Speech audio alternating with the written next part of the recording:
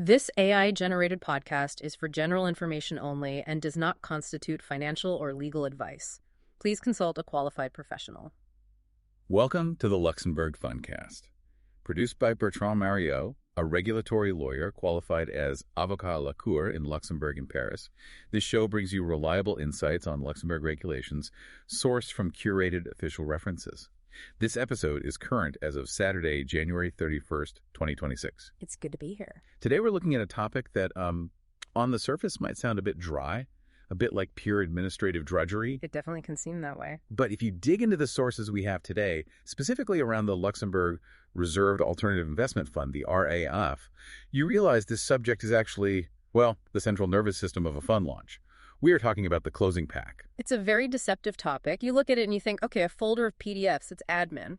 But in the current market, and we're talking about the reality of 2026 here, the quality of a closing pack is what we call a commercial gating item. A gating item? So you mean it can literally stop the show? It can completely stop the show. It determines whether you're onboarding with service providers, with banks, with investors, whether that accelerates or whether it just hits a brick wall. Wow. And as of right now, January 31st, 2026, we haven't seen new laws in the last couple of weeks on this. But the market reality has, really converged on one single message. Counterparties don't care if you say you're compliant. They want to see the trail. They want to see the proof. They want the evidence. So let's unpack this. We're looking at sources that frame this whole concept not as a checklist, but more as a philosophy of evidence. And there's a phrase in our materials that I think just sets the stage perfectly. I think I know the one you mean. The closing pack is not the work. The closing pack is the proof. That's it. And that is the distinction that often, trips people up. You can do all the work, have the meetings, negotiate the deals, but if that work isn't captured in a specific retrievable format, then commercially speaking, it didn't happen. It just didn't happen. Okay, let's get practical right away. For a fund manager or a corporate secretary listening, what's the hierarchy here? I mean, surely not every document is created equal. No, they are not. And prioritization is your first takeaway. A RAIF closing pack has to be built around the regulated roles first. The regulated roles. Right. So you have the alternative investment fund manager, the AIFM, you have the depositary, and the auditor. If you don't have the evidence for those three nailed down, fully executed and dated, the rest is just noise. They're the pillars the RAIF stands on. And the sources highlight a second major pillar, which is our old friend AML and KYC. But the nuance here is pretty interesting. It's not just about having a copy of a passport, is it? No, and this is where files often fail during an audit. It's not optional paperwork. The law requires professionals to demonstrate, that is the key word, that their measures are appropriate to the risks. Demonstrate. So that implies an active process, not just a storage process. Exactly. The trap is thinking, I have the documents, so I'm safe. But if you can't evidence the rationale behind why you accepted them or why you graded a risk a certain way, then the file fails. The file fails. You have to show you're working. It's like a math exam. There's a gold nugget quote in our notes that I want to read because it's brutal, but it's effective. Go on. It says, if the pack doesn't contain the specific evidence for appointments, formation, and offering docs, it is not a closing pack. It is a folder of PDFs. That sums it up perfectly. A folder of PDFs is static. A closing pack is a functional, living chain of evidence. Okay, let's back up and define our terms. We keep saying closing pack. Yeah. If I'm a lawyer, can I open the Luxembourg legal code and find a definition for this? You cannot. And that's what makes this so tricky for people who are new to this space. Technically, there is no information available regarding a legal definition of a closing pack in Luxembourg law or any CSSF texts. So it's a ghost concept. It exists everywhere in practice, but nowhere in the law. Precisely. It's a creature of market practice. In plain English, a closing pack is just a practical evidence bundle. It's used to prove four things. 1, the fund is validly formed. Okay. 2, the mandatory roles, AIFM and depositary, are appointed. 3, the offering documents exist. And 4, that the investor onboarding controls are all evidenced. So why is this evidence burden so much heavier for RAIF specifically? Why is the spotlight so intense on the documentation for this particular vehicle? It's because the RAIF is a unique animal. You have to remember, RAIF is not subject to direct supervision by the CSSF, the Luxembourg Supervisory Authority. Right, that's the trade-off, speed and flexibility. Exactly. But to balance that lack of direct oversight, it must be managed by an authorized external AIFM, and it must have a depository with a Luxembourg presence. So because the regulator isn't looking over the fund's shoulder day to day, the structure itself has to carry the full weight of compliance. That's it. And jurisdiction plays a huge role here. RAIs are situated in Luxembourg based on their registered office. So if your evidence trail, your registrations, your publications, if it doesn't land clearly and undeniably in Luxembourg. The whole Luxembourg Fund story starts to feel a bit thin. It feels very thin during due diligence. You don't want an investor asking, is this actually a Luxembourg fund or is it just a mailbox? That makes perfect sense. The documentation is the anchor. So let's get into the weeds. Our sources lay out an operational playbook. It's essentially a step-by-step guide. And step 1 is what they call the spine. This is all about architecture. It sounds trivial, but you need to standardize your folder structure before you save a single document. Think: formation, governance, mandatory roles, offering docs, AML, service providers, and a calendar. And the warning here is stark. If you do not standardize the spine, you will rebuild the pack from scratch every time. I'm guessing that comes from the painful experience of searching for a resolution when the pressure is on. It's the voice of efficiency speaking. If you productize your clothing pack, if you keep the structure identical across all your funds, you launch faster. You stop thinking about where things go and can focus on what is inside them. Let's look at step 2, formation evidence.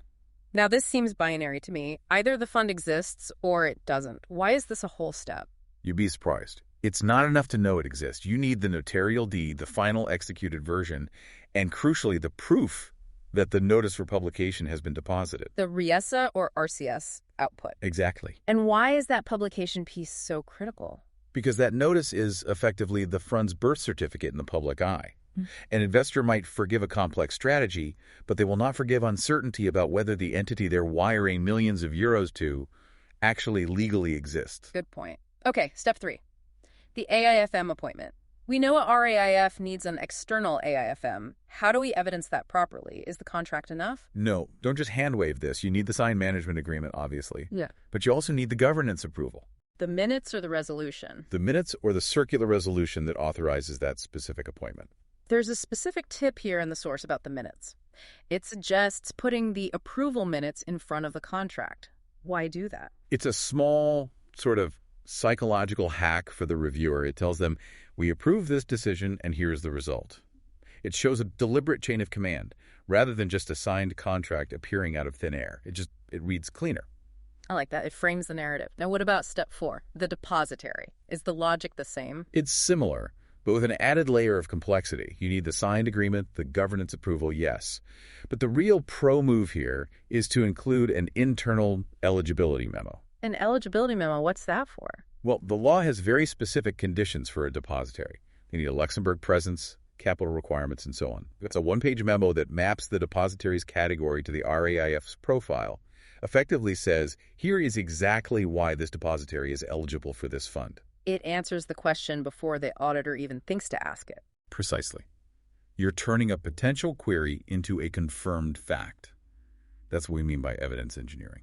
Step 5, the offering document. The PPM. The source calls this a living controlled document. That sounds a little ominous. It is the biggest source of confusion. People tend to file the PPM away and forget about it. But if you issue additional securities later or regulations change, that document has to evolve. So the evidence isn't just the PDF itself? No. The evidence has to include a version log. Yeah. You need to know that investor A came in on version 1 and investor B came in on version 2. If you can't explain that difference 3 years down the line, you're in serious trouble. You're in very serious trouble. You have to track which set of promises was made to which investor. Step 6 brings us back to that AML/KYC audit trail. You mentioned earlier that rationale is the missing link. Can you give me an example of what that actually looks like? Sure. Let's say you have an investor who is a politically exposed person, a PP. You have their passport. You have their source of funds. That's the data. The rationale is a written note saying, we identified this person as a PP. We escalated it. We decided to accept the risk because of X, Y, and Z, and we're applying enhanced due diligence. So if that note is missing, the file is incomplete, even with the passport sitting right there. Correct. AML files usually fail on missing rationale, not missing passports. Yeah. Yet you have to satisfy that legal requirement of demonstrability. If you decided an investor was low risk, you need to write down why. Okay. Step 7 is the annual report. This feels a bit premature. We're talking about a launch. Why worry about the annual report now? Because deadlines without owners are fiction. That's the rule. The annual report has to be available within 6 months of the period end. If you wait until the year end to assign an owner to that workflow, you will miss the window. So you create a placeholder on day one. You add a placeholder section and a specific owner for that task immediately. It's about planning ahead. That's the playbook. It sounds robust, but, in the real world, things go wrong. What causes the friction? What breaks a closing pack? The number one enemy is document sprawl. Sprawl, like urban sprawl. Exactly. Every provider agreement, every policy, every side letter creates a versioning risk. If you have 3 drafts of the AIFM agreement floating around, one with legal, one with the board, one with the provider, you have sprawl. And the fix is just strict discipline. The fix is to pick one system of record and enforce it mercilessly. Your enemy is uncontrolled versions. You just cannot have final v3 updated realfinal.pdf sitting in 3 different places. The source also flags governance risk as a major friction point. Yes, and this connects right back to those regulated rules. Yeah. Incomplete evidence on the AIFM or depository. It's not just messy admin. It invites supervisory scrutiny. Remember, the RAIF relies on these actors to exist. If you can't prove they're appointed, the whole structure looks shaky. Which I imagine leads straight to reputational damage. There's a sharp point in the notes on this. The damage usually comes from, we cannot evidence it, not we did not do it. That's the tragedy of poor documentation. You might have done everything right. You performed the KYC, you held the board meeting. Sure. But if the pack is empty, commercially, it is as if it never happened. And that just slows everything else down. Absolutely. The closing pack quality is a commercial friction point. A tight pack reduces friction. A sloppy one stalls the entire process. You want speed at launch, get your evidence engineering right. I love that term, evidence engineering. It really elevates the task. So let's try and condense this into a checklist. If someone's listening at their desk right now, what's their review and retain list? Okay, let's run through the 4 big buckets. Number 1, formation. Do you have the notarial deed and the publication proof? And check this. Does that publication specifically name the AIFM? Number 2, mandatory roles. Do you have the appointment agreements, plus the approvals for the AIFM, the depository, and the approved statutory auditor? Remember, a contract without the approval is just weak governance. Right, check. Number 3, investor info. Do you have the final version to offering document, and have you assigned that annual report workflow owner? And finally, number 4, onboarding. Do you have the evidence that the investors are well informed as per the legal definition? And do you have the AML-KYC file that actually demonstrates your risk-based approach? It sounds like a lot, but when you break it down like that, it's really just about accountability. That's the goal. These rules are here to ensure investor protection and market integrity. It's not just red tape. It's the immune system of the market. Now, let's look at the calendar. We mentioned the date is January 31, 2026. Is there anything immediate on the horizon that affects this? Well, officially, no new laws have dropped in the last 2 weeks on closing packs. However, digging into the official sources, there was a visible update to the CSSF's AIF marketing page on January 16, 2026. Just an operational update? Mostly, yes. Yeah. Operational digitization. Yeah. But it shows the regulators active. The big date to keep in mind, though, is that recurring 6-month rule for the annual report. Right. Can you give me the concrete example on that again? Sure. If your financial year end is December 31st, 2026, your hard deadline is June 30th, 2027. It sounds far away, but for a RAIF, missing that made available window is a clear compliance breach. It's one of the few hard lines in the sand. And ongoing, of course, those offering document updates we talked about. Constant vigilance. If you issue new shares, you check your docs. So what does this all mean for us? We've covered the spine, the regulated roles, the whole evidence philosophy. What's the takeaway? If I had to summarize the strategic view, it's this. A well-built closing pack is an execution advantage, not just compliance admin. It's an institutional-grade operating model. If you structure the pack as a repeatable playbook, you launch faster, you close faster, and you audit cheaper. And you sleep better at night. And you sleep better. Budget time for evidence engineering, because if you don't do it now, you will pay for it later during the audit. Couldn't have said it better myself.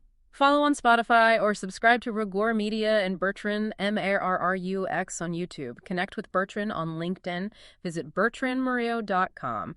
All links are in the show notes. It was the Luxembourg Fundcast for you today.